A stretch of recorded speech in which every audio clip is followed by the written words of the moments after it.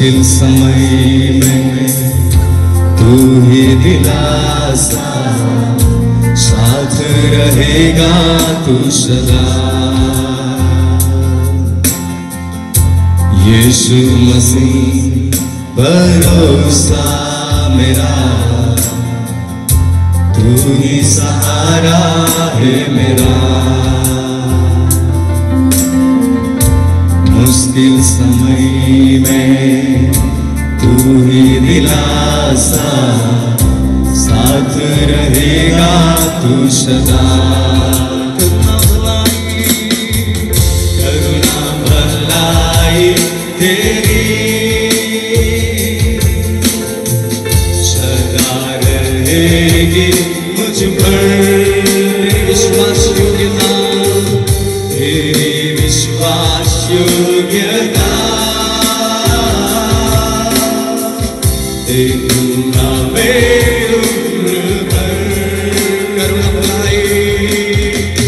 करुणा भलाई तेरी सदा रहेगी मुझ पर। यीशुए तेरी विश्वास योग्यता, देखूंगा मैं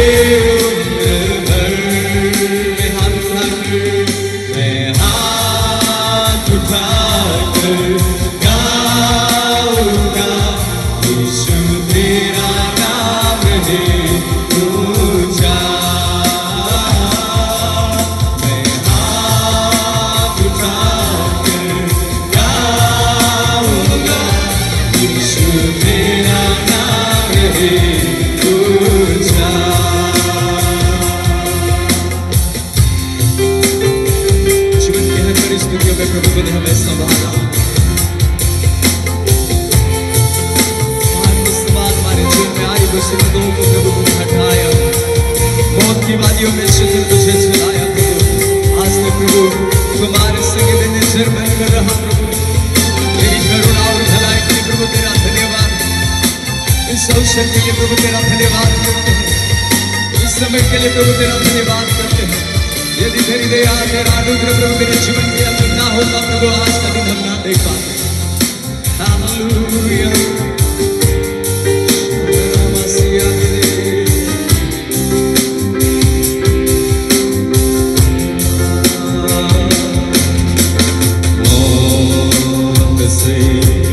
बचाया तूने,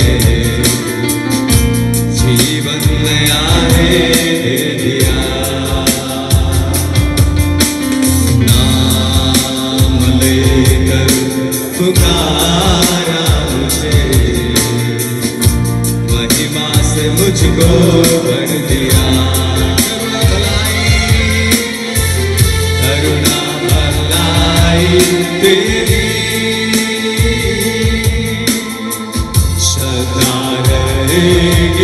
मुझ पर। तेरी विश्वास योग्यता,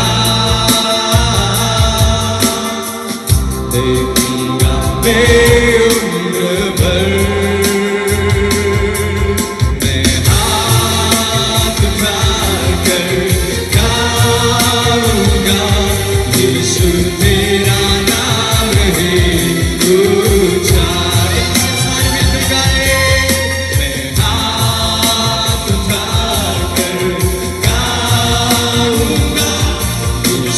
तेरा नाम है ऊंचा।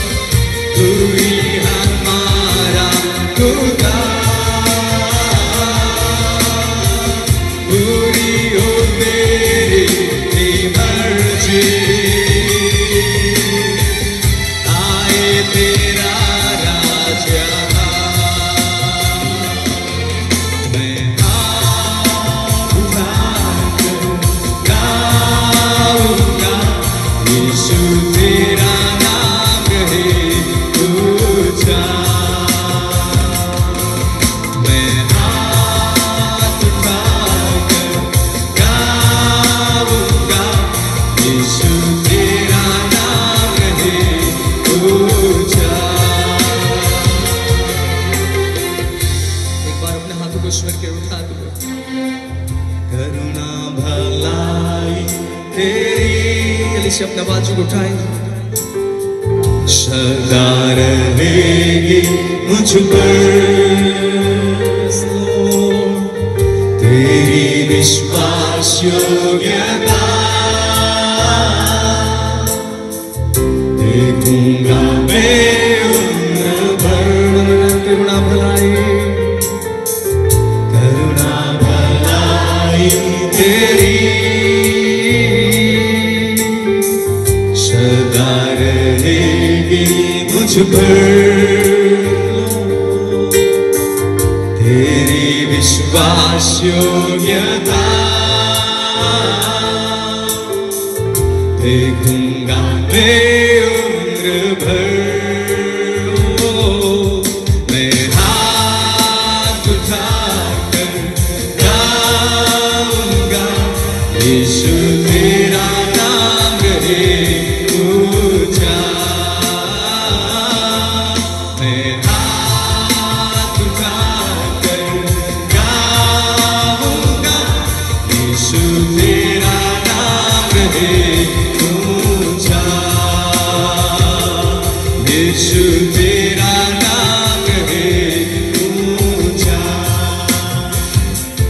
यीशु तेरा नाम रहे ऊंचा।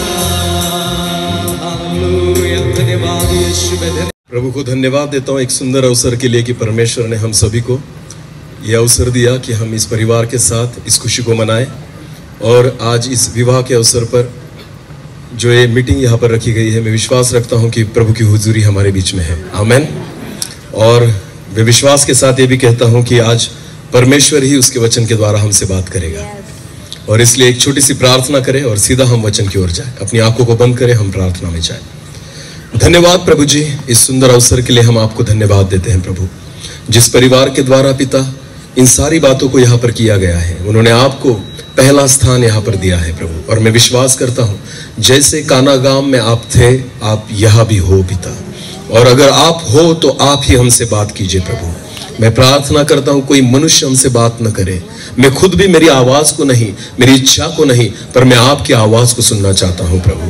इसलिए पिता, आपके वचन में रहकर, आपके जीवित कलाम में रहकर आप हमसे बात कीजिए।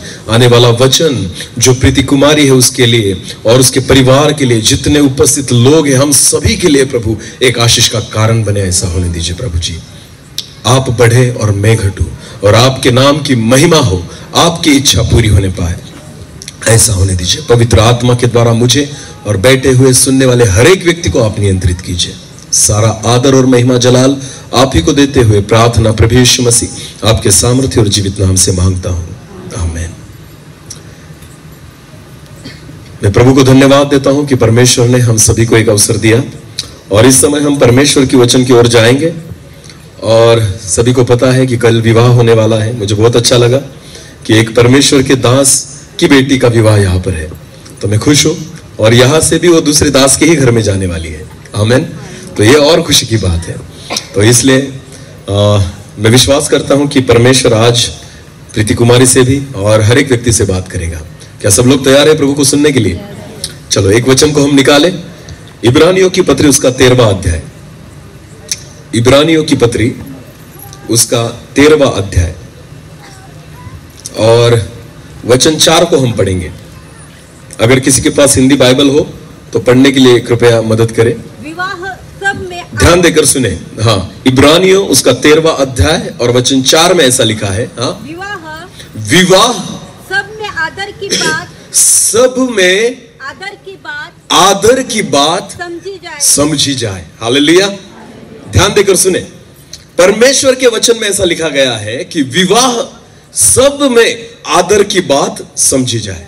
अभी मेरी ओर देखें सब लोग।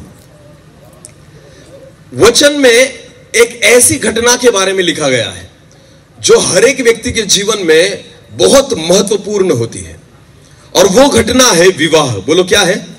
विवाह। यहां पर किसके विवाह के बारे में वो नहीं लिखा गया, पर विवाह के बारे में लिखा गया है। कोई भी विवाह हो तो परमेश्वर क्या चाहता है, वहां पर वचन में ऐसे लिखा गया है कि विवाह सब में, सब चीजों में आदर की बात समझी जाए। हालेलुया। अभी देखो, मेरी ओर देखो। विवाह को परमेश्वर चाहता है कि आदर की बात समझे। आजकल लोग विवाह को क्या समझते हैं पता है आपको? फंक्शन। बोलो क्या समझते हैं? फंक्शन का मतलब होता है समारोह, उत्सव। विवाह को जिस रीति से आज हम लोग देखते हैं ना, वो आदर की बात नहीं, गंभीरता की बात नहीं, वो हमारे लिए केवल एकमात्र फंक्शन है। बोलो क्या है? फंक्शन। इसका मतलब होता है एक समारोह है, उत्सव है, जहां पर नाचा जाए, गाया जाए, आनंद मनाया जाए, खाना खाया जाए, एक दूसरे को मिला जाए और बस आनंद उठाया जाए। अगर विवाह के बारे में जब हमारे मन में, जहन में कोई चीज आती है ना, तो बस एक समारोह आता है, एक उत्सव आता है। पर ध्यान देकर सुने, आज परमेश्वर का वचन हमसे यह बात कहता है कि विवाह आदर की बात समझी जाए। हालेलुया। फंक्शन को अपने अपने अपने दिमाग में से निकाल दो। यह एक आदर की बात है। विवाह एक ऐसा प्रसंग है जिसे हमें गंभीरता से लेना जरूरी है। अभी ध्यान देकर सुनना। समझो, जिसके घर में विवाह है, अगर उनको पूछा गया 1 महीना पहले क्या विवाह की तैयारी हो गई, अगर समझो प्रीति कुमारी को पूछा बेटा विवाह की तैयारी हो गई, तो क्या जवाब रहेगा बताइए? तैयारी के बारे में अगर पूछा जाए तो आपके जवाब क्या क्या हो सकते हैं? किस किस के बारे में आप बताएंगे? तैयारी किसको कहेंगे आप? तो हम बोलेंगे सर बाकी है, अभी कपड़े लेने बाकी है, वेडिंग गाउन लेना बाकी है, जूते खरीदने बाकी है, मंडप की तैयारी बाकी है, डीजे वालों को अभी तक बुलाया नहीं, उनको बुलाना बाकी है, खाना वालों को बुलाना बाकी। ये सारी बातें हमें लगता है विवाह की तैयारी है। क्या लगता है हमें विवाह की? ये विवाह की नहीं, ये फंक्शन की तैयारी है। बोले ये किसकी तैयारी है? नए कपड़े खरीदना ये विवाह की तैयारी नहीं होती। गहने खरीदना ये विवाह की तैयारी नहीं है। नए सैंडल खरीदना ये विवाह की तैयारी नहीं है। किस ब्यूटी पार्लर में जाना है ये विवाह की तैयारी नहीं है। किस मंडप वाले को बुलाना है ये विवाह की तैयारी नहीं है। डीजे वालों को बुलाए ये विवाह की तैयारी नहीं है। कौन सा खाना विवाह में रखा जाए ये विवाह की तैयारी नहीं है। ध्यान देकर सुने, ये फंक्शन की तैयारी है, ये समारोह की तैयारी है।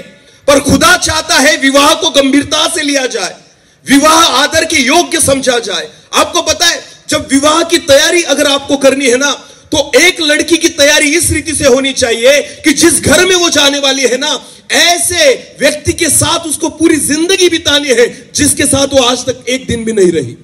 तो खुद को उसको तैयार करना है उसके साथ रहने के लिए। यह है विवाह की तैयारी। उसको जब वो अपने घर में जाएगी ना, अपने ससुराल में जाएगी ना, एक ऐसी औरत को मां बोलना होगा जो उसकी मां नहीं है। यह है विवाह की तैयारी। जब वो उस पराये घर में जाएगी ना, एक ऐसे पुरुष को उसको बाप बोलना होगा जो उसका पिता नहीं है। यह है विवाह की तैयारी। जब वो पराये घर में जाएगी ना, जब वो दूल्हा जो होगा उसके जो भाई होंगे ना, उसके भाइयों को खुद के भाइयों के समान प्यार करना होगा। यह है उसके लिए विवाह की तैयारी। समझ में आ रहा है कुछ? ये तैयारी कौन करता है बोलो ना मुझे? ऐसी तैयारी कौन करता है विवाह के बारे में? हमारी तैयारी तो कपड़ों से जुड़ी है, हमारी तैयारी तो श्रृंगार से जुड़ी है, हमारी तैयारी तो दिखावट से जुड़ी है। पर आपको पता है विवाह की तैयारी क्या है? कि एक व्यक्ति दूसरे व्यक्ति के साथ रह सके, एक व्यक्ति दूसरे व्यक्ति के साथ जीवन बिता सके। यह है विवाह की तैयारी। इसलिए खुदा का कलाम कहता है कि विवाह आदर के योग्य समझा जाए। यह फंक्शन नहीं है, यह समारोह नहीं है, यह केवल मजा करने की चीज नहीं है, यह केवल आनंद उठाने की चीज नहीं है, यह गंभीरता का विषय है। क्योंकि जब एक व्यक्ति से विवाह करता है ना, पूरी जिंदगी साथ में बितानी है, एक पराये घर में जाकर रहना है, उनके साथ अपने मनों को जोड़ना है। यह है विवाह। हालेलुया। समझ में आ रहा है कुछ? ध्यान देकर सुने। जब परमेश्वर ने आदम को बनाया उत्पत्ति की पुस्तक में, तो वचन में लिखा है खुदा ने कहा आदम अकेला रहे ये अच्छा नहीं। तो वचन में ऐसा लिखा है परमेश्वर ने आदम के लिए जो सहायक है ना, वो ढूंढने का प्रयास किया। उस वचन को पढ़ ले, उत्पत्ति 2:18। फिर यहोवा परमेश्वर ने कहा आदम का अकेला रहना अच्छा नहीं, आदम का अकेला रहना अच्छा नहीं, मैं उसके लिए एक ऐसा सहायक बनाऊंगा, मैं उसके लिए एक ऐसा सहायक बनाऊंगा जो उससे मेल खाए, जो उससे मेल खाए। हालेलुया। विवाह का मतलब समझ ले, विवाह का परमेश्वर का जो उद्देश्य है ना वो समझ ले। परमेश्वर ने हवा को इसलिए बनाया कि वो आदम के विचारों से मेल खाए, आदम के स्वभाव से मेल खाए, आदम जो है ना उसके व्यक्तित्व से वो मेल खाए। आमेन। समझ में आ रहा है? हाँ, ध्यान देकर सुने। तो आदम से मेल खाने की तैयारी होनी चाहिए, उस परिवार से मेल खाने की तैयारी होनी चाहिए, उसके स्वभाव से मेल खाने की तैयारी होनी चाहिए। समझ में आ रहा है कुछ? सजना और संवरना अच्छी बात है, वो जरूरी है, क्योंकि वचन में भी लिखा है कि जब प्रभु यीशु मसीह कलीसिया को लेने आएगा ना, तो कलीसिया खुद को तैयार करे एक दुल्हन की तरह। आमीन। यह तो स्वाभाविक है। मैं नहीं कहता कि सजना मत, बिल्कुल श्रृंगार करे।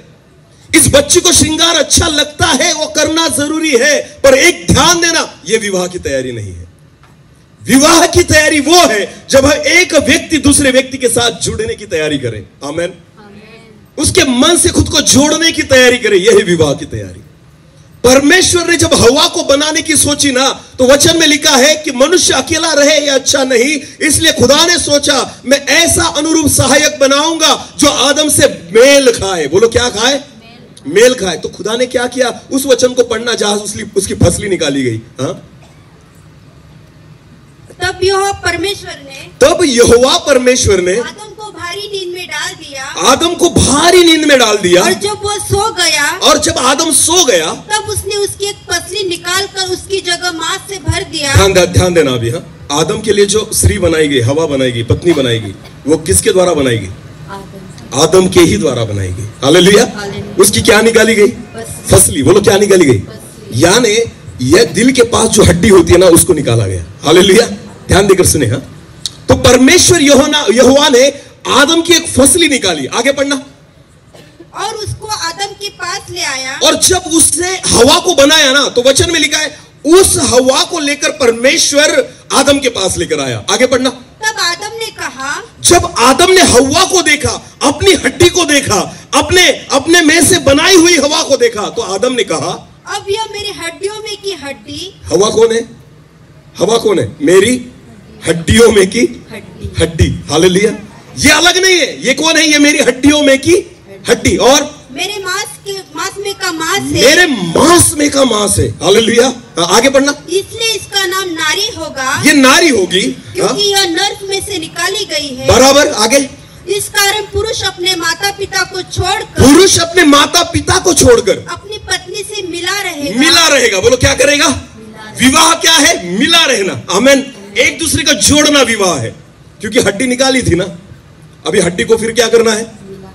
प्लास्टर करना है। बोलो क्या करना है? अगर हमारी हड्डी टूट जाए तो डॉक्टर क्या करते हैं? तो ये हड्डी निकाली गई थी ना। हवा जो है वो आदम की हड्डी है, पर क्या हो गया था? निकाल लिया था। किसने? परमेश्वर ने। अब फिर परमेश्वर उनको क्या कर रहा है? जोड़ रहा है। बोलो क्या कर रहा है? किसको? हवा को और यानी आदम की हड्डी को परमेश्वर किसके साथ जोड़ रहा है? आदम के साथ। बोलो किसके साथ? हड्डी किसकी है? समझ में आ रहा है कुछ? तो प्रीति कुमारी और आशीष कुमार की हड्डी कौन है? प्रीति कुमारी। तो कल यह हड्डी किसके साथ जुड़ेगी? ध्यान देकर सुने। विवाह क्या है पता है आपको? विवाह एक हड्डी को दूसरे से जोड़ना है। आमीन। प्लास्टर है। बोलो क्या है? क्या है? जब हमारी हड्डी टूट जाती है, डॉक्टर क्या करते हैं? प्लास्टर। बोलो क्या करते हैं? क्यों करते हैं? प्लास्टर क्यों दिया जाता है? क्योंकि वो हड्डी जो टूटी है ना, एक दूसरे के साथ फिर एक बार क्या हो जाए? जुड़ जाए। बोलो क्या हो जाए? प्रीति कुमारी को निकाला गया था आशीष कुमार से, और कल खुदा विवाह के सामने, विवाह के वक्त इन दोनों हड्डियों को क्या करेगा? जोड़ेगा एक दूसरे के साथ। आमीन। तो कल जब विधि होगी ना, यहां पर जब शपथ ली जाएगी, वचन लिए जाएंगे, तो आपको पता है प्रभु के दास और परमेश्वर के वचन के द्वारा इनको क्या किया जाएगा? प्लास्टर। बोलो क्या किया जाएगा? जोड़ा जाएगा। कोई भी हड्डी एक दूसरे के साथ जोड़ने के लिए ना, उनको कुछ दिनों तक, कुछ समय तक एक दूसरे के साथ एक साथ जोड़े रखना बहुत जरूरी है। आमीन। तो विवाह कुछ नहीं है, दो हड्डी को एक साथ जोड़ना है। जब तक उस वचन को फिर एक बार पढ़े। इस कारण पुरुष अपने माता पिता को छोड़कर अपनी पत्नी से मिला रहेगा और वे एक ही तन बने रहेंगे। वो एक तन बने रहेंगे, होंगे नहीं। विवाह के समय उनको जोड़ा जाएगा। पर कुछ दिनों के बाद ऐसा हो जाएगा ना, वो अलग अलग नहीं रहेंगे, वो एक तन बन जाएंगे। आमेन। हड्डी फिर एक बार उससे क्या हो जाएगी, जुड़ जाएगी। समझ में आ रहा है कुछ? ये है विवाह, और खुदा चाहता है इसको आदर की योग्य समझे। आमेन। बैंड लगाकर नाचना विवाह नहीं है, नए कपड़े पहनकर नाचना विवाह नहीं है, खुशी मनाना विवाह नहीं है, नए कपड़े पहनकर अच्छे अच्छे गहने पहनकर घूमना विवाह नहीं। बहुत बार होता क्या है, मैं आपको बताना चाहता हूं, ध्यान देकर सुने। जिस रीति से हम विवाह को प्रेजेंट करते हैं ना, जिन बच्चों का विवाह होता है ना, उनको ही गंभीरता नहीं रहती। क्यों? हमारे कारण। क्योंकि जिन बातों को हम ज्यादा महत्व देते हैं, इनको समझ में ही नहीं आता। इनको लगता है यही विवाह है, नए कपड़े चूज करना यही विवाह है, अच्छा वेडिंग गाउन पहनना यही विवाह है, अच्छे गहने पहनना यही विवाह है, क्योंकि आप उनको बता रहे हो यही विवाह है। पर प्रभु का कलाम कहता है नहीं, एक दूसरे से मेल खाना विवाह है, एक दूसरे से जोड़े जाना विवाह है, एक दूसरे की सहायता जिंदगी भर करना विवाह है। आमीन। और खुदा का कलाम कहता है, परमेश्वर का वचन कहता है, विवाह आदर की बात समझी जाए। आमीन। सबसे अधिक आदर की बात समझी जाए। यहां पर फंक्शन समझा जाता है। बोलो क्या समझा जाता है? फंक्शन। हाँ, एक समारोह समझा जाता है। इसलिए हम ज्यादा महत्व किसको देते हैं? वचन को नहीं देंगे, खुदा को नहीं देंगे, खाने को और नाचने को ज्यादा महत्व दिया जाता है। हाँ, विश्वासी लोग, मैं जिन लोगों से बात कर रहा हूं ना, केवल मसीह लोगों से बात कर रहा हूं। बोलो किससे बात कर रहा हूं? अगर गैर मसीह लोग सुन रहे हैं ना, यह वचन आपके लिए नहीं है, पर जितने लोग यीशु मसीह को मानते हैं, मैं आपके लिए बात करता हूं। वचन आपके लिए है। हालेलुया। इब्रानियों की पत्री जो लिखी गई है ना, आपके लिए है। अगर इस इब्रानियों का लेखक लिखता है ना, तो वो आपके लिए जो विश्वासी है। अगर आप विवाह को आदर नहीं देंगे ना, तो लोगों को भी नहीं दिखाई देगा कि यह विवाह आदर योग्य है। आपके बच्चों को भी नहीं समझेगा कि यह विवाह आदर योग्य है। मसीही लोग बैंड पर नाचते हैं, मसीही लोग डीजे पर नाचते हैं। क्या लगता है उसमें पिता का आदर कहां है? उसमें खुदा का आदर कहां है? उसमें परमेश्वर के कलाम का आदर कहां है? किस रीति से आप दो लोगों को जोड़ रहे हो, मुझे बताइए। केवल वचन के द्वारा जोड़ा जा सकता है। वचन में लिखा है, परमेश्वर ने अपने हाथों से हव्वा को बनाया और अपने हाथ से लेकर आदम के हाथों में सौंपा। आमीन। दोनों को एक दूसरे से जोड़ने वाला कौन था? अरे बोलो कौन था? वो हमारी शादी में होना जरूरी है, वो विवाह में होना जरूरी है, क्योंकि वही है जो टूटी हुई हड्डियों को जोड़ सकता है। आमीन। हालेलुया। दो अलग की हुई हड्डियों को वही जोड़ सकता है, और इसलिए आदम को परमेश्वर ने हवा के साथ जोड़ा और वो दोनों एक तन बन गए। आमीन। हाँ, तो अब खुद को जरा सोचिए कि हमारे जीवन में विवाह का महत्व क्या है। हम कैसा आदर देते हैं विवाह को, हम कैसा महत्व देते हैं विवाह को। मैं आज बात करना चाहूंगा, मैं बताना चाहूंगा कि प्रीति कुमारी कल विवाह करके उस परिवार में जाएगी ना, तो आज प्रीति ये सोचकर जाना कि तुम्हारा होने वाला जो पति है, उसके साथ मेरा जीवन कैसा रहेगा, उसको मैं कैसे समझ पाऊंगी, उसके साथ कैसे जुड़ी रहूंगी। उस घर में जाते वक्त वहां जो माँ होगी ना, मन में ये समझ के जाना, मैं मेरी माँ को छोड़कर तो जा रही हूं ना, पर दूसरी माँ मुझे वहां पर मिलने वाली है। वही प्यार तुम्हें उससे करना होगा, उसकी बेटी बनकर रहना होगा। जो पिता वहां पर तुझे मिलेगा ना, इस पिता ने आज तक तुझे संभाला, तेरे आंसुओं को पोंछा है, हर जरूरतों को पूरी किया है। पर एक बात ध्यान देकर सुनना बेटा, जब उस घर में तुम जाओगी ना, एक बाप वहां पर भी तुझे मिलने वाला है। एक बात ध्यान देना, अगर अच्छी बेटी बनकर तू वहां पर रही ना, वही प्यार तुझे मिलेगा जो इस बाप ने तुझे दिया है। शायद एक भाई भी वहां पर मिल सकता है, कोई बहन भी तुझे वहां पर मिल सकती है। ध्यान देकर सुने, यह है विवाह। ऐसी गंभीरता हमारे जीवन में विवाह के विषय में होनी चाहिए। अरे बैंड लगाकर नाचोगे तो बच्चों को क्या समझ में आएगा कि विवाह किसे कहते हैं? खुदा के कलाम का आदर करो, परमेश्वर के वचन का आदर करो। मसीह लोगों से बात कर रहा हूं मैं, मसीह लोगों से। मैं प्रभु को धन्यवाद देता हूं पास्टर जी आपके लिए। इस गुजरात में जब मीटिंग्स होती है ना, पहले खाना खाया जाता है, फिर वचन होता है। खाना खा के आप कैसे वचन को सुन पाएंगे? खाना खा के सोया जाता है, वचन नहीं सुना जाता। आदर कहां है परमेश्वर के वचन का? आदर कहां है खुदा का? आदर कहां है मेरे पिता का? अरे उसको बताओ, उसको बुलाओ, उसको आदर दो, उसको पहला स्थान दो। वो है जो जोड़ने वाला है। आमीन। मैं विश्वास रखता हूं कि प्रीति कुमारी और आशीष कुमार दोनों को खुदा एक साथ जोड़ेगा, क्योंकि उन्होंने बुलाया है पिता को। आमेन। प्रभु यीशु मसीह इस विवाह में है, मैं विश्वास करता हूं। आमेन। आदर के योग्य समझे किसे? विवाह को। बोलो किसे? यह फंक्शन नहीं है, यह आपके मनोरंजन का साधन नहीं है। हाँ, ये खुश होने की केवल आओ और अच्छे कपड़े पहनो और नाचो कूदो, ये विवाह नहीं है। विवाह बहुत गंभीर। मैं आपको बताना चाहता हूं, फंक्शन एक दिन का होता है। बोलो कितने दिन का होता है? फंक्शन जो होता है ना, समारोह एक दिन का होता है, विवाह जिंदगी भर का है। एक्चुअली वैवाहिक जीवन कब शुरू होगा? जब यह फंक्शन खत्म होगा ना, तब वैवाहिक जीवन शुरू होता है। आपको पता है एक पति और पत्नी कब साथ में खुश देखे जाए? जब वो इस स्टेज से नीचे उतरेंगे और घर जाएंगे, उसके बाद उनके वैवाहिक जीवन की शुरुआत होगी। वो वैवाहिक जीवन है जो निरंतर चलने वाला है, जो मरने तक चलने वाला है। एक दिन का फंक्शन उसे विवाह नहीं कहते। आपको पता है, आदर दे उसे। हालेलुया।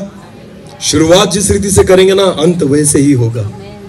अगर खुदा के साथ शुरुआत करोगे ना, विश्वास देता हूं खुदा आखिरी तक आपके साथ रहेगा। हालेलुया। क्योंकि वो विश्वास योग्य परमेश्वर। ध्यान देकर सुने, मेरी ओर देखना। मूसा को परमेश्वर ने कहा इजरायली लोगों को मिस्र से बाहर निकाले और कहां तक लेकर जाए? ध्यान देकर सुने, कहां तक लेकर जाए? कनान तक। मेरी ओर देखिए, जब मूसा को परमेश्वर ने कहा इजरायली लोगों को मिस्र से लेकर कनान तक लेकर जाना है, तो रास्ते में वो गलती नहीं की उन्होंने? कुछ इजरायली लोगों ने गलतियां नहीं की, पर परमेश्वर ने उनको छोड़ा नहीं। छोड़ा नहीं, क्योंकि शुरुआत किसने की थी? उनको निकालने की शुरुआत किसने की थी? ध्यान देकर सुने, जिस चीज की शुरुआत परमेश्वर करता है ना, अंत तक वो आपके साथ बना रहेगा। इजरायली लोग कुड़कुड़ाए, खुदा के विरुद्ध में भी गए, मूसा के विरुद्ध में भी गए, पर परमेश्वर ने कनान तक उनको नहीं छोड़ा। आमेन। समझ में आ रहा है? बादल निरंतर उन पर छाए हुए थे। हालेलुया। छाव उन पर बनी हुई थी। जब तक कनान में न पहुंचे ना, मन्ना रोज खा रहे थे।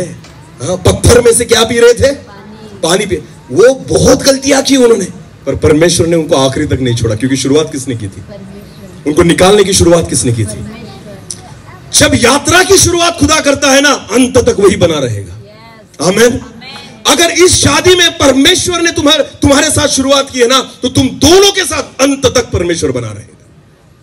होगा थोड़ा बहुत, कुछ ना कुछ तो होगा, होता है, जरूरी नहीं कि नहीं होगा, पर मैं विश्वास देता हूं खुदा तुम्हारे बीच में बना रहेगा, तुम्हारे साथ संगति करेगा, परमेश्वर तुम्हारे साथ चलेगा, क्योंकि शुरुआत उसी के द्वारा हुई है। आमीन। यह है विवाह जो परमेश्वर की उपस्थिति में और परमेश्वर को आदर देकर किया जाता है। हालेलुया। जितने लोग यहां पर बैठे, फिर एक बार मैं आपको बताना चाहता हूं, यह विश्वासियों के लिए बोल रहा हूं मैं। किसके लिए? जो मसीह खुद को कहते हैं, जो चर्च में जाते हैं, जो मसीह कहते हैं ना, उनके लिए वचन है। हाँ, इसलिए दूसरी चोट न खाए। ध्यान देकर सुने। अगर खुद को मसीह कहते हो तो मसीह का आदर करो। अगर खुद को विश्वासी कहते हो तो परमेश्वर का आदर करो। यह ऐसी चीज है जो सबसे महत्वपूर्ण है तुम्हारे जीवन में। 12वीं की एग्जाम टर्निंग पॉइंट कहते हैं उसे। नीट की एग्जाम टर्निंग पॉइंट कहते हैं। कोई नौकरी को लगे टर्निंग पॉइंट कहते हैं। बिल्कुल नहीं, मैं कहता हूं विवाह आपके जीवन का टर्निंग पॉइंट है। यहां से सब कुछ बदलेगा, या तो बहुत अच्छा या तो बहुत बुरा। यह ऐसा टर्निंग पॉइंट है जहां पर आपका जीवन बहुत आशीषित हो सकता है, जहां से, या फिर बहुत दुखी हो सकता है। ये जो शुरुआत करते हैं ना, ये बहुत संभाल कर करें। आमीन। परमेश्वर के हाथों में खुद को सौंप कर करें। हालेलुया। हाँ, ध्यान देकर सुने। एक प्रीति कुमारी के लिए वचन को पढ़ेंगे हम। चलो, नीति वचन उसका 14 और 1। नीति वचन उसका 14 और 1। हर बुद्धिमान स्त्री, ध्यान देकर सुने, हर बुद्धिमान स्त्री, हाँ, अपने घर को बनाती है। अपने घर को क्या करती है? बनाती। अरे बोलो, क्या करती है? हाँ, अभी वहां पर तो उसका बनाया हुआ घर होगा, जैसे हो वैसे, पर होगा। तो जाकर उसको क्या करना है? नया घर बनाना है? नहीं। तो घर बनाना क्या होता है? हर बुद्धिमान स्त्री अपने घर को क्या करती है? बनाती है। आपको पता है घर कैसे बनाया जाता है? घर बनाने के वक्त घर में रहने वालों के बारे में सोचा जाता है। हालेलुया। जब आपको घर बनाना होता है ना, तो दीवारों के बारे में नहीं सोचा जाता, कौन सा कलर लगाना है उसके बाद, घर में जो रहेंगे ना उसके हिसाब से घर को बनाया जाता है। बाइबल में लिखा है बुद्धिमान स्त्री अपने घर को क्या करती है? बनाती है। जब प्रीति कुमारी उस घर में जाएंगे ना, परमेश्वर की इच्छा है उस घर को वो अपने हाथों से क्या करे? बनाए। बनाना, तैयार करना, जोड़े रखना, ये उसका काम है। हर एक स्त्री का काम है। जिसकी शादी होकर वो घर में जाती है ना, आपके घर को बनाना ये आपकी जिम्मेदारी है, परमेश्वर के वचन में लिखा है। और वो किस स्त्री के बारे में लिखा गया है? बुद्धिमान स्त्री, जो ज्ञानवंत है, जो बुद्धिमान है, जिसमें समझ है ना, वो कभी अपने घर को नहीं तोड़ेगी। वो क्या करेगी? अपने घर को बनाएगी। आगे पढ़ना। पर जो मूर्ख स्त्री है उसको अपने ही हाथों से ढा देती है। अपने ही हाथों से ढा देती है, यानी तोड़ देती है। घर के दो भाग करने वाली स्त्री को बुद्धिमान नहीं कहा गया, पर घर को जोड़ के रखने वाली स्त्री को क्या कहा गया है? बुद्धिमान। ये वचन है। आमीन। समझ में आ रहा है कुछ? बहुत बार ऐसा होता है ना, चोट मत खाना, पर ये सच बात है।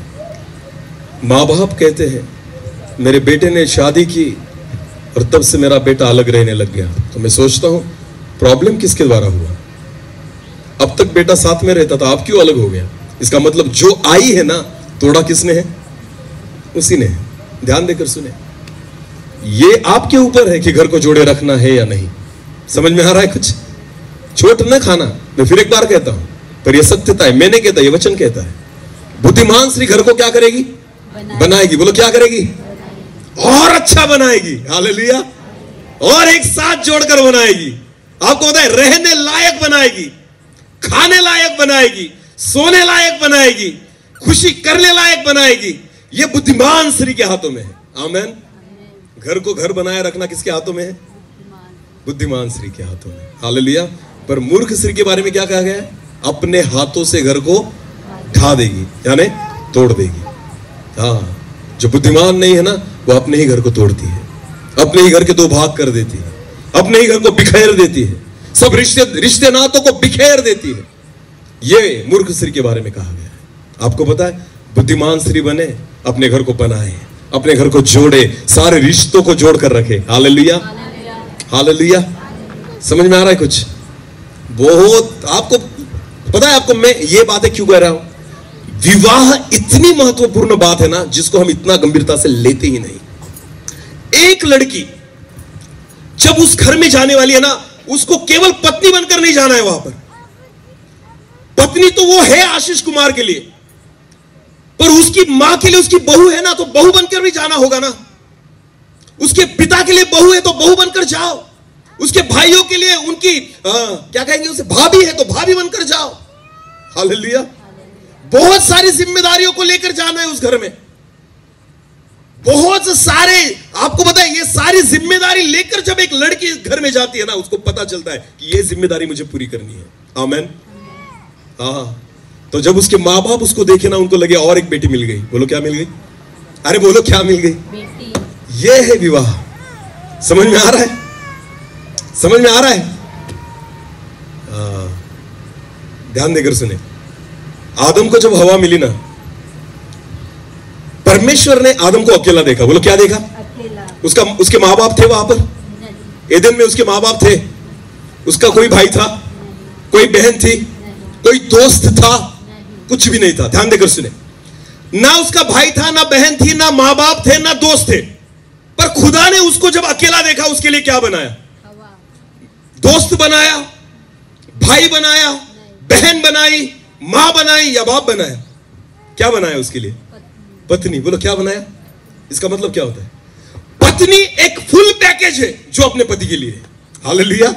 पत्नी में उसको दोस्त भी दिखना चाहिए, पत्नी में उसको बहन भी, पत्नी में उसको मां भी, पत्नी में उसको बाप, सारी चीजें एक पत्नी एक फुल पैकेज लेकर आई है। हालेलुया। समझ में आ रहा है? परिस्थितियां बदलेगी ना, वैसे वैसे तुम्हारे रोल बदलने चाहिए। आमीन। हर वक्त पत्नी बनकर रहना नहीं, कभी कभी दोस्त भी बन जाना। हालेलुया। जरूरी है। हालेलुया। कभी कभी दोस्त भी बनना, यह बात जरूरी है। वचन में लिखा है उत्पत्ति की पुस्तक में, ध्यान देकर सुने, इसहाक के लिए जब अब्राहम ने एक लड़की देखने के लिए भेजा तो उसका सेवक रिबका को लेकर आया। बोलो किसको लेकर आया? अगर वो वचन मिले ना तो वचन को निकाल कर रखे। हाँ, ध्यान देकर सुने। रिबका को जब लेकर आया ना तो वचन में ऐसा लिखा है, अब्राहम ने उस अपने दास को भेजा था, वो उसको रिबका को लेकर आया, परमेश्वर ने उसको रिबका दी। तो ध्यान देकर सुने, जब इसहाक ने रिबका को देखा तो इसहाक ने क्या किया पता है? रिबका को लेकर इसहाक अपनी मां के डेरे में लेकर आया। बोलो किसके डेरे में लेकर आया? सारा के डेरे में। सारा जहां रहती थी ना उस डेरे में लेकर आया रिबका को, क्योंकि उसकी मां मर चुकी थी। बोलो क्या कर चुकी थी? उसकी मां सारा मर चुकी थी। वो डेरा सूना पड़ा था, उसकी मां की जगह सूनी पड़ी थी। पर वचन में लिखा है जब उसको रिबका मिली ना तो वो अपनी मां के डेरे में उसको लेकर आया। और वचन को पढ़े। हाँ? तब इसहाक रिबका को अपनी माता सारा के तंबू में ले आया, सारा के तंबू में लेकर आया और उसको ब्याह कर उससे प्रेम किया। हाँ?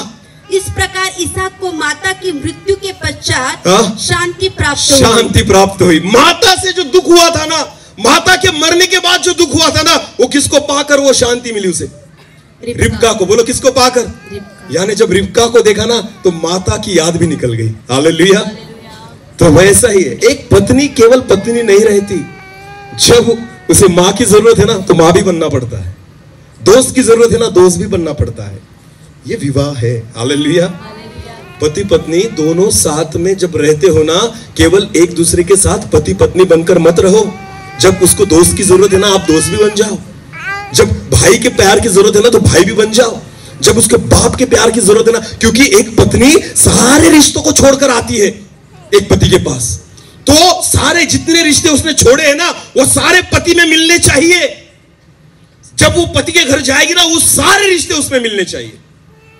इसीलिए तो वचन में लिखा है, आदम ने कहा है पुरुष मनुष्य अपने मां बाप को छोड़कर अपनी पत्नी से मिला रहेगा। हालेलुया। और वो एक तन बन जाएंगे। आमेन। ये है विवाह, और इसे आदर के योग्य समझे। आमेन। सबसे अधिक आदर विवाह का करें। हालेलुया। मैं विश्वास करता हूं कि प्रीति कुमारी जब कल विवाह करके यहां से जाएगी और जिस परिवार में जाएगी, मैं विश्वास करता हूं कि आशीष कुमार के लिए वो आशीष का कारण बने। आमेन। किसका कारण बने? आशीष का कारण बने। हाँ। और उसकी माँ को अपनी माँ समझे, उसके पिता को अपना पिता समझे, उसके भाई को अपना भाई समझे, उसके रिश्तेदारों को अपना रिश्तेदार समझे। आमेन। बहुत सारे रिश्ते मिलने वाले हैं कल तुम्हें। आमेन। केवल आशीष नहीं मिलेगा, एक व्यक्ति नहीं मिलने वाला। ऐसा मत समझ के जाओ कि मैं केवल आशीष कुमार मिलने वाला है, बिल्कुल नहीं। आशीष कुमार के साथ पूरे रिश्ते भी मिलने वाले हैं। हालेलुया। हाँ, उसके जितने रिश्तेदार है ना सारे तुझे मिलने वाले हैं। हाँ, जो उसके साथ है ना वो सब तुझे मिलने वाला है। हाँ, हालेलुया। तो खुद को तैयार करे उनसे मिलने के लिए। आमेन। सबसे रिश्ता जोड़ो, सबके साथ प्यार से रहो। ये है विवाह। हाँ, समझ में आया आज कुछ थोड़ा बहुत? हाँ, किसी ने चोट खाई हो तो खाई हो, मैं कुछ नहीं कर सकता, जो है सो है। हालेलुया। नाचना कूदना विवाह नहीं है। समझ में आया? बेगानी शादी में अब्दुल्ला दीवाना ऐसे कहा जाता है ना। हमें उसकी गंभीरता रहती है ना दूसरों को उसकी गंभीरता रहती है। तो बच्चों को क्या रहेगी? जितने लोगों का विवाह हो चुका है ना उनको भी विवाह की गंभीरता नहीं है। मैं आपको बताना चाहता हूं, अगर होती ना तो आपके बच्चों का विवाह आप गंभीरता से करते। हाँ, उनकी तैयारी आप गंभीरता से करते कि बेटा तू एक ऐसे परिवार में जाने वाली है जहां पर तुझे एक नई मां मिलेगी। हाँ, मेरे समान एक पिता वहां पर मिलेगा, उसके साथ तुम्हें वही प्यार करना होगा जो हमारे साथ करती थी। हालेलुया। एक ऐसा व्यक्ति मिलेगा जो आज तक तेरे साथ कभी नहीं रहा, जिंदगी उसी के साथ बितानी है। आपको पता है, ये है विवाह की तैयारी। ये तैयारी करो। आमेन। समझ में आया? अगर इसके बाद अगर किसी ने पूछा ना हो गई शादी की तैयारी, तो क्या बताएंगे? हाँ, नहीं मंडप बाकी है, नहीं बाकी है, अभी ड्रेस लेना बाकी है। ये विवाह की तैयारी नहीं है दोस्तों। ध्यान देकर सुनिए, विवाह की तैयारी दो परिवार को एक दूसरे के साथ जोड़ना है, दो दिलों को एक दूसरे के साथ जोड़ना है, दो विचारों को एक दूसरे के साथ जोड़ना है, दो स्वभाव को एक दूसरे के साथ जोड़ना है, दो मनों को एक दूसरे के साथ जोड़ना है। आमेन। समझ में आ रहा है? हाँ। तो खुदा से अनुग्रह मांगे, क्योंकि हड्डी उसी ने निकाली है। तो जोड़ेगा कौन? अरे बोलो, कौन जोड़ेगा? जिसने निकाली है वही जोड़ेगा। हालेलुया। आदम से हड्डी तो निकाल ली, और हवा तो बनाई, फिर जोड़ा किसने? वही है जो जोड़ने वाला है। तो इसीलिए विवाह में कभी भी प्रभु को प्रथम स्थान दे, क्योंकि कल इस विवाह में वो आएगा और प्लास्टर करेगा दोनों हड्डियों को। बोलो क्या करेगा? प्लास्टर। और आने वाले दिनों में हम देखेंगे ये दोनों एक हो जाएंगे। हालेलुया। इनका जीवन प्रभु आशीषित करेगा, क्योंकि खुदा के द्वारा जोड़े गए हैं। आमेन। और ये प्रीति कुमारी की बहुत बड़ी जिम्मेदारी है। मैं सोचता हूं कि एक स्त्री एक घर के लिए बहुत बड़ा आशीष का कारण बन सकती है। आमेन। और वही परमेश्वर चाहता है, वही खुदा चाहता है। एक आखिरी वचन को पढ़ेंगे, नीति वचन 31 और 30। नीति वचन। शोभा तो झूठी, ध्यान देकर सुने, ध्यान देकर सुने। हाँ, फिर एक बार। शोभा तो झूठी, शोभा तो झूठी है और सुंदरता व्यर्थ है। अरे बाप रे, सच में ऐसा लिखा है? हाँ, ध्यान देकर सुनना। फिर एक बार पढ़ना। शोभा तो झूठी, शोभा तो झूठी और सुंदरता व्यर्थ है। और ज्यादा से ज्यादा वक्त हमारा किस में जाता है? शोभा तो, शोभा का मतलब क्या होता है? सजना, मेकअप करना, खुद को संवारना। और बाइबल कहता है ये क्या है? शोभा तो क्या है? अरे बोलो ना, झूठी है। और सुंदरता क्या है? व्यर्थ, व्यर्थ है। और पता है आपको हमारा सबसे ज्यादा वक्त किस में जाता है? व्यर्थ की बातों में। बोलो कैसी बातों में? अरे बोलो कैसी बातों में? व्यर्थ की बातों में। हालेलुया। शोभा तो झूठी है और सुंदरता व्यर्थ है, परमेश्वर का वचन कहता है। बहनों, खुद को ऐसे मत संवारो जैसे तुम चाहती हो, खुद को ऐसे संवारो जैसे पिता चाहता है। एक वचन को पढ़े, आखिरी वचन। मैं आखिरी कह के बहुत सारे वचनों को पढ़ा रहा हूं। पहला पतरस उसका 3 और वचन 3 से लेकर आगे पढ़ना। पहला पतरस उसका 3। तुम्हारा श्रृंगार दिखावटी न हो। हाँ हाँ हाँ हाँ, तुम्हारा श्रृंगार दिखावटी न हो, दिखावटी न हो।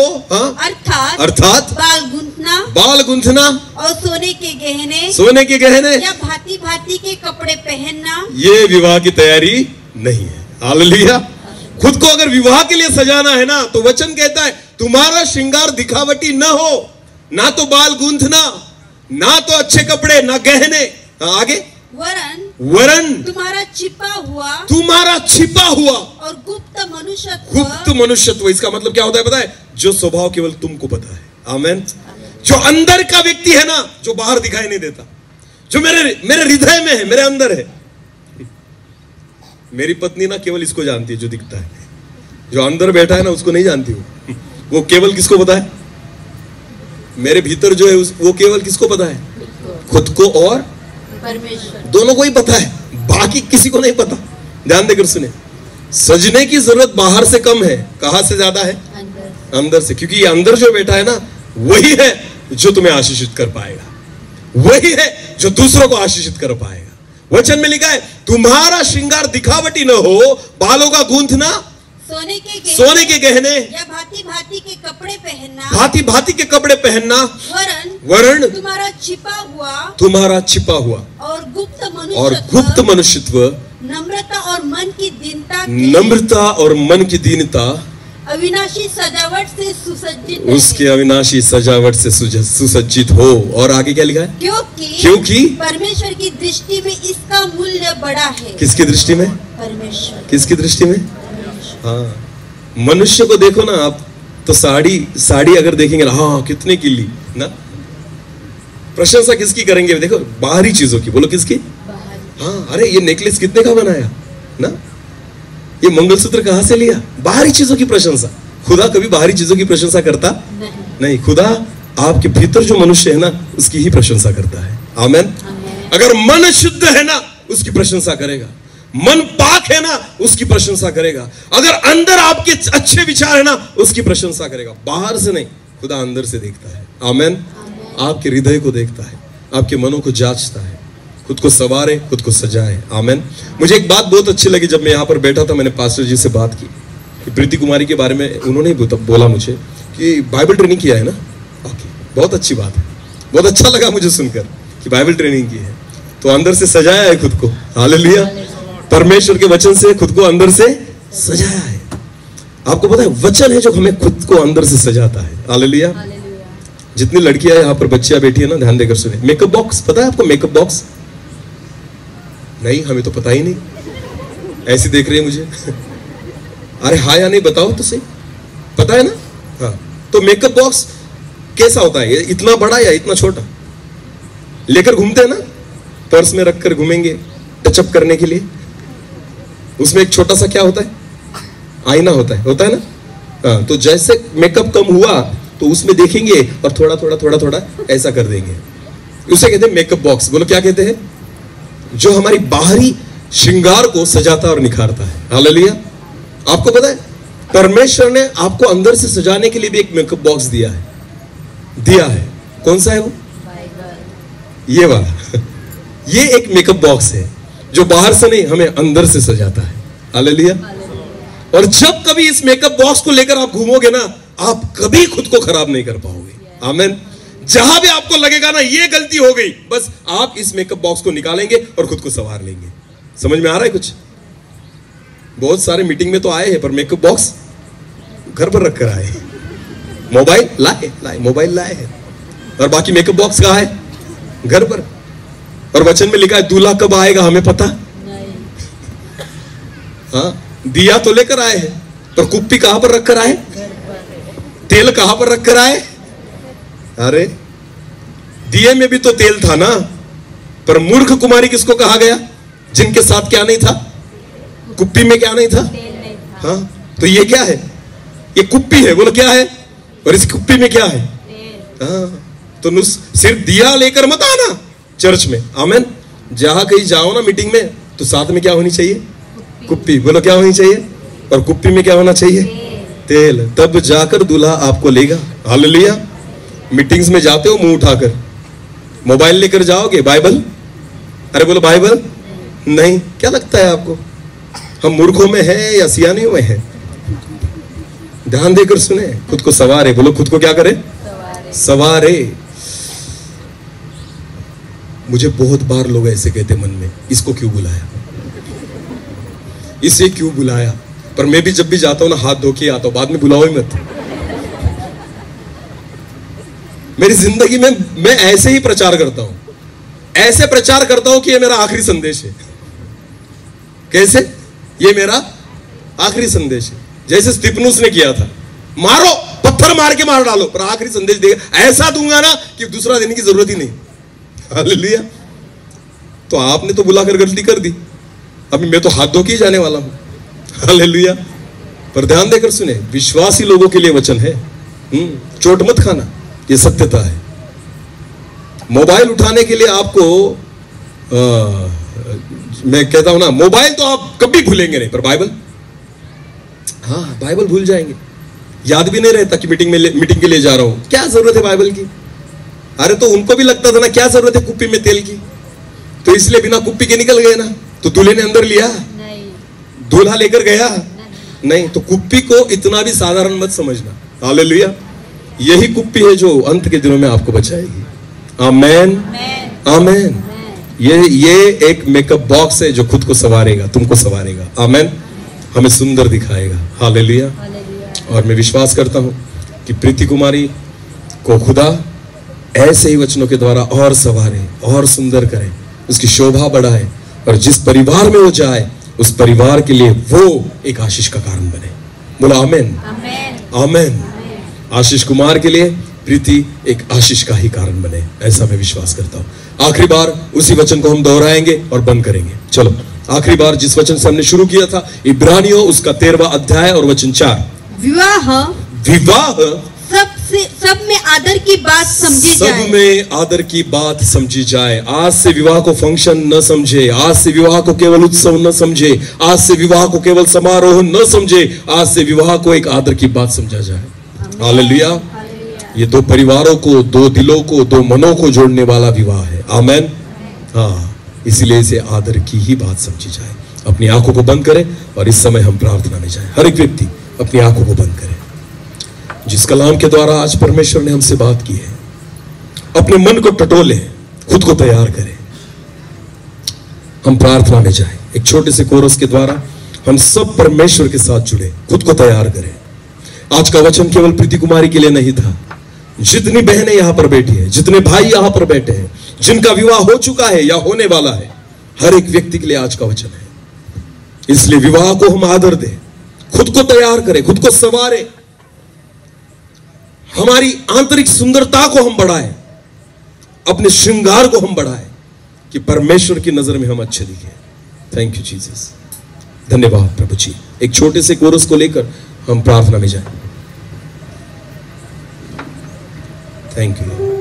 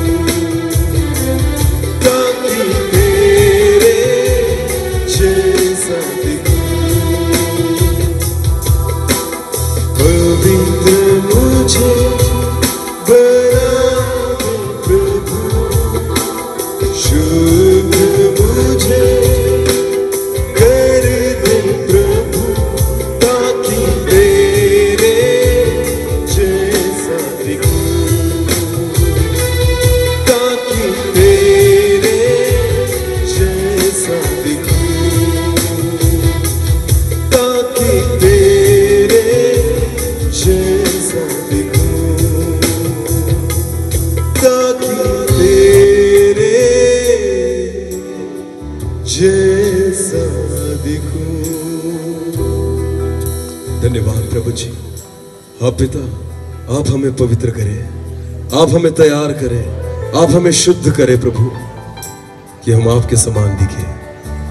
मैं प्रार्थना करता हूं आज के वचन के द्वारा इस रात आप प्रीति कुमारी को तैयार करें प्रभु, उसको आप सजाए पिता, उसका आप श्रृंगार करें प्रभु जी, क्योंकि जब वो आशीष कुमार के घर जाए उस परिवार के लिए, आशीष के लिए एक आशीष का कारण बने, ऐसा होने दीजिए प्रभु जी। ये विवाह इन दोनों परिवारों के लिए एक आशीष का कारण बने, ऐसा होने दीजिए।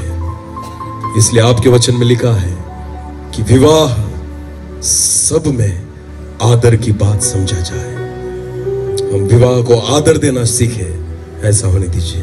ये केवल एक फंक्शन नहीं, एक समारोह नहीं, ये एक गंभीरता है, ये आदर की बात है, जिसका आदर हम आपके वचन के अनुसार करें। इसलिए आप सहायता कीजिए। आपके जीवित कलाम के लिए मैं आपको धन्यवाद देता हूँ, जिस बीज को यहाँ पर बोया गया है 30 गुना, 60 गुना और 100 गुना फल लाए, ऐसा होने दीजिए। सारा आदर और सारी महिमा जलाल आप ही को देते हुए प्रार्थना प्रभु यीशु मसीह आपके सामर्थ्य और जीवित नाम से मांगते हैं, आमीन।